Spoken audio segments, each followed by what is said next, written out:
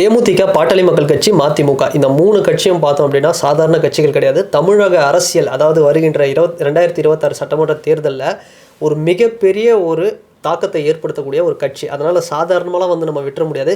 இந்த 3 கட்சியும் பார்த்தோம் அப்படின்னா ஒரே கூட்டணியில் இருந்தாங்கன்னு வச்சுக்கோங்களேன். அந்த ஒரு கூட்டணிக்கு, அந்த ஒரு கட்சிக்கு வந்து பார்த்தோம்னா ஒரு மிகப்பெரிய ஒரு வெற்றி வாய்ப்பு அப்படின்னு சொல்லலாம் அந்த ஒரு கூட்டணிக்கு. ஸோ அது எந்த பக்கம் அப்படிங்கிறத இந்த 3 கட்சியுமே இன்னும் வந்து அஃபிஷியலாக சொல்லலை. பட் மதிமுக சொல்லியிருக்கிறாங்க. அதாவது மறுமலர்ச்சி திராவிட முன்னேற்ற கழகம், வைகோ அவர்களுடைய கட்சி. அவங்க வந்து என்ன சொல்லிட்டாங்கன்னா, நாங்கள் இப்போ இல்லைங்க, நான் வந்து 60 வருஷமாக வந்து இந்த திராவிட சித்தாந்தத்துக்காக தான் உழைச்சிட்ருக்கேன். ஸோ 9 வருஷம் முன்னாடியே இந்த திராவிட முன்னேற்ற கழக கூட்டணியில் வந்து நான் ட்ராவல் பண்ணணும் அப்படிங்கிற மாதிரி அஃபிஷியலாக வந்து நான் ஒர்க் பண்ணிகிட்ருக்கேன். அதனால் நான் வருகின்ற தேர்தலில் இது கூட தான், அதாவது திமுக கூட தான் வந்து நான் ட்ராவல் பண்ணுவேன் அப்படிங்கிற மாதிரி வைகோ அவர்கள் வந்து கன்ஃபார்மாக அஃபிஷியலாக சொல்லிட்டு இருக்கிறாரு. பட் இந்த பக்கம் பார்த்தோம் அப்படின்னா, இப்படி இருந்த வைகோ அவர்கள் தான் ஒரு காலகட்டத்தில் புதுசாக, அதாவது மக்கள் நல கூட்டணி அப்படின்னு வந்து ஒரு கேம் பிளானெல்லாம் மாற்றி ஒரு சில விஷயம்லாம் பண்ணார். பட் அது கை கொடுக்கலையோ என்னவோ, அதனாலேயே இந்த டெசிஷன் எடுத்துட்டாரோ என்னவோ. ஸோ 2026 ஒரு டிஎம்கே கூட தான் இருப்பேன் அப்படிங்கிறது சொல்லியிருக்காரு. ஸோ இது வந்து டிஎம்கேவுக்கு ஒரு மிகப்பெரிய பலம். சரி, இந்த பக்கம் தேமுதிக, தேசிய முற்போக்கு திராவிட கழகம், யார் நம்ம கேப்டன் விஜயகாந்த் அவர்களுடைய கட்சி.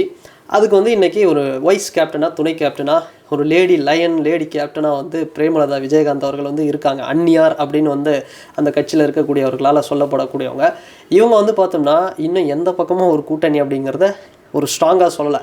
பட் டிஎம்கேவுக்கும் பார்த்தோம்னா 50-50 சொல்கிறாங்க. 50 குட்டு 50 பேட் அப்படிங்கிற மாதிரி தான் சொல்லுவாங்க, நெகட்டிவ் பாசிட்டிவ்னு.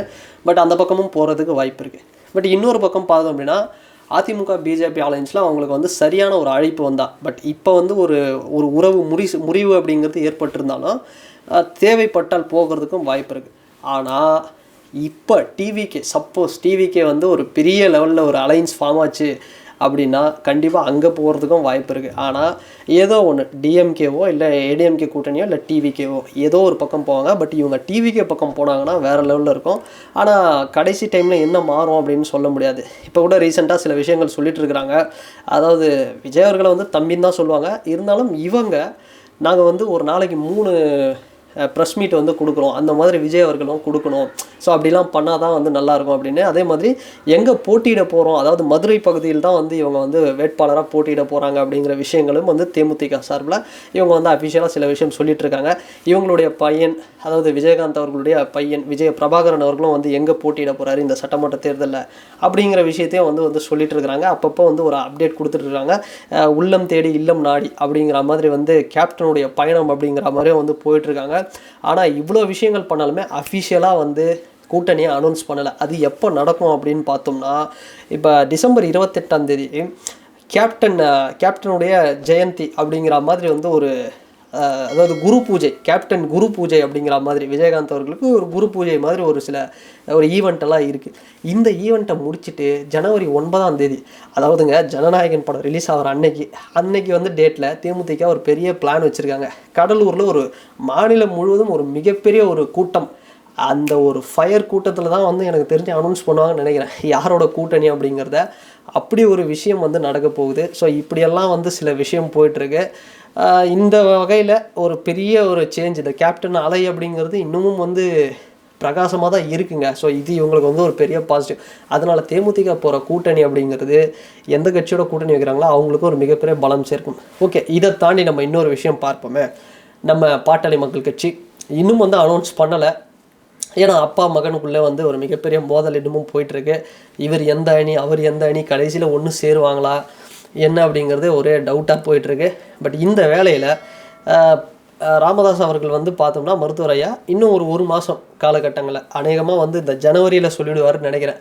இன்னும் ஒரு ஜனவரி அந்த காலகட்டங்களில் கண்டிப்பாக வந்து அஃபிஷியலாகவே அனௌன்ஸ் பண்ணிடுவார். அவர் எந்த பக்கம் நிற்கிறார், அவர் பையன் கூட இருக்கிறாரா கூட்டணியில் இல்லையா அப்படின்னு தெரியல. பட் அவருடைய கூட்டணி நிலைப்பாடு அப்படிங்கிறத கண்டிப்பாக சொல்கிறேன் அப்படின்னு சொல்லியிருக்கிறாரு. இப்போ கூட வந்து ரொம்ப ஆக்டிவாகவே வந்து இருந்துகிட்ருக்கிறாரு.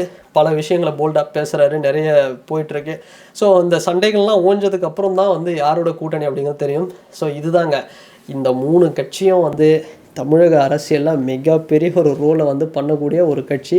ஸோ நம்ம சாதாரணமாக வந்து ஒரு லெட்டர் பேடு கட்சி மாதிரி ஏதோ வந்து சும்மா ஒரு ஒரு ஒரு ஒரு சீட்டு அந்த மாதிரிலாம் சொல்லிடுவேன். இவங்களுக்கெல்லாம் வந்து பல்காக சீட்டு அப்படிங்கிறது விழும். ஸோ இவங்க 3 பேருமே பார்த்தோம்னா ஒன்று சேர்ந்து ஏதாவது ஒரு கூட்டணியில் சப்போஸ் ஒரு டிவிக்கேவோ இல்லை ஒரு டிஎம்கேவோ ஏதோ ஒன்றுத்தில் போனாங்கன்னு வைங்களேன், கண்டிப்பாக வாய்ப்பு இருக்குது. அதுவும் பாட்டாளி மக்கள் கட்சியும் வந்து திமுக, அதாவது ராமதாஸ் அவர்களுடைய அணி திமுகவில் போய் சேர்றதுக்கும் வாய்ப்பு இருக்காங்க. அப்படி சேரும் பட்சத்தில் விசிகா வந்து அங்கே இருக்குமா இல்லையா அப்படிங்கிறது அது செகண்டரி, அதை விட்டுருவோம். பட் போகிறதுக்கு வாய்ப்பு இருக்குது. எதனால் அப்படின்னு பார்த்தோம்னா, ராமதாஸ் ஐயா அவர்கள் வந்து திமுக கூட தான் வந்து கூட்டணி வைக்கணும் அப்படிங்கிறத ரொம்பவே வந்து விரும்புகிறாரு. ஸோ அப்படிங்கிற மாதிரி சில தகவல்கள்லாம் வந்து போயிட்டுருக்கு. ஆனால் அதை வந்து அன்புமணி அவர்கள் வந்து விரும்பலை அப்படிங்கிற மாதிரி ஒரு சில விஷயம் வந்து போயிட்டுருக்கு. ஸோ அதனால் இவர் திமுகவுடைய அந்த அலையன்ஸில் இருக்கிறத ரொம்ப விரும்புகிறாரு. ஸோ அதே மாதிரி வன்னியர்களுடைய அந்த ஒதுக்கீடு சம்மந்தமாக ஸ்டாலின் அவர்களும் வந்து சில விஷயங்கள் வந்து பண்ண போகிறதாகவும் வந்து பேச்சு வந்து போயிட்டுருக்கு. ஸோ அதனால் இந்த கட்சிகளுங்க சாதாரணமாக நம்ம விட்டுற முடியாது. ஸோ இவங்க வந்து இந்த பக்கம் ஒரு பல்கான ஒரு சீட் ஷேரிங் கிடைச்சிது அப்படின்னா தான் இவங்க வந்து திமுகவா தாவேக்காவான்னு. ஏன்னா அன்புமணி அவர்களும் பார்த்தோம்னா இந்த பக்கம் தயாராக இருக்கிறாருங்களாம். அப்பா மகன் சண்டை அதெல்லாம் ஒரு பக்கம் இருந்தாலுமே ஒரு வேளை ஏதாவது ஒன்று ஒரு விஜய் அவர்கள் வந்து ஒரு 30 ஏதாவது ஒரு ஸ்ட்ராங்கான ஒரு கூட்டணியில் போயிட்டாருன்னு வைங்களேன். சப்போஸ் ஏடிஎம்கே இல்லாத பிஜேபியில் விஜய் அவர்கள் போய் ஜாயின் பண்ணிட்டாருன்னா அங்கேயும் வந்து நம்ம ஒரு 30 சீட்டு கேட்போம் அப்படிங்கிற மாதிரி அன்புமணி ராமதாஸ் அவர்கள் ஒரு பிளான் வச்சுருக்கிறாரு. இந்த பக்கம் பார்த்தோம் அப்படின்னா ஒரு குழப்பமான மனநிலையில் இருந்தாலுமே பாட்டாளி மக்கள் கட்சி அப்படிங்கிறது ஒரு டெசிஷன் எடுத்துருவாங்க. இன்னும் ஒரு 1.5 மாதத்தில், அதிகபட்சம் ஜனவரி மாதத்தில் எடுத்துருவாங்க. ஸோ இந்த ஜனவரியில் ஒரு 3 கட்சிக்கும் அப்டேட்டு. ஒரு பக்கம் வந்து இந்த 2 அணி, ராமதாஸ் அணி அன்புமணி அணி எப்படி இருந்தாலுமே ராமதாஸ் ஐயா வந்து திமுகவுக்கு வரதுக்கு வாய்ப்பு இருக்குது. பட் அவர் வேறு ஏதோ ஒரு ஏடிஎம்கே இல்லை பிஜேபி அலைன்ஸ் போகிறதுக்கு வாய்ப்பு இருக்குது. பட் ஜனவரி 9 தேமுதிக ஒரு மிகப்பெரிய அனௌன்ஸ்மெண்ட்டாக கொடுக்குறாங்க. அதுக்கு முன்னாடி நம்ம வைகோ ஐயா அவர்கள் சுற்றுப்பயணம் இந்த சவுத் இந்தியாவில் வந்து அந்த நடைப்பயணம், சமத்துவ நடைப்பயணம் அப்படிங்கிறதும் போகிறாரு.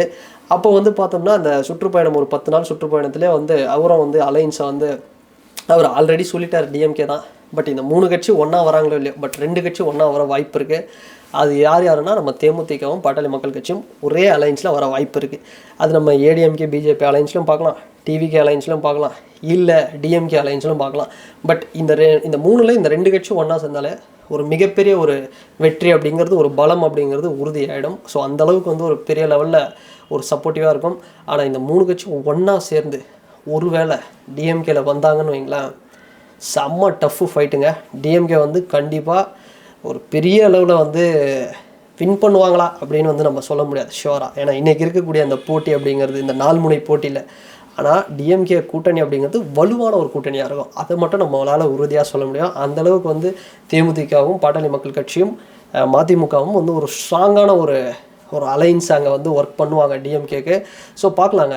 இந்த 3 கட்சி நான் சொன்ன மாதிரி தான் ஒரு சாதாரண கட்சிகள் அல்ல. இவங்களுடைய கூட்டணி அப்படிங்கிறது ஒரு பெரிய அளவில் இம்பேக்ட் க்ரியேட் பண்ணோம். ஸோ நம்ம ஒரு 1.5 மந்த் வந்து வெயிட் பண்ணி பார்ப்போம். ஸோ ஜனவரியில் அஃபிஷியல் அனௌன்ஸ்மெண்ட் வந்துடும். ஸோ வெயிட் பண்ணி பார்ப்போம் என்ன நடக்குது அப்படின்னு. ஸோ நீங்கள் எப்படி சொல்கிறீங்க இந்த 3 கட்சியை பற்றின உங்களுடைய கருத்துக்கள் என்ன அப்படிங்கிறது இந்த கமெண்ட் செக்ஷனில் மறக்காமல் பதிவிடுங்க. அண்ட் இந்த வீடியோ உங்களுக்கு பிடிச்சிருந்ததுன்னா லைக் பண்ணுங்கள், ஷேர் பண்ணுங்கள், கமெண்ட் பண்ணுங்கள், சப்ஸ்கிரைப் பண்ணுங்கள். அண்ட் வேறு ஒரு வீடியோவில் வேறு ஒரு கான்டென்ட்லாம் நான் உங்களை பார்க்குறேன். பாய்.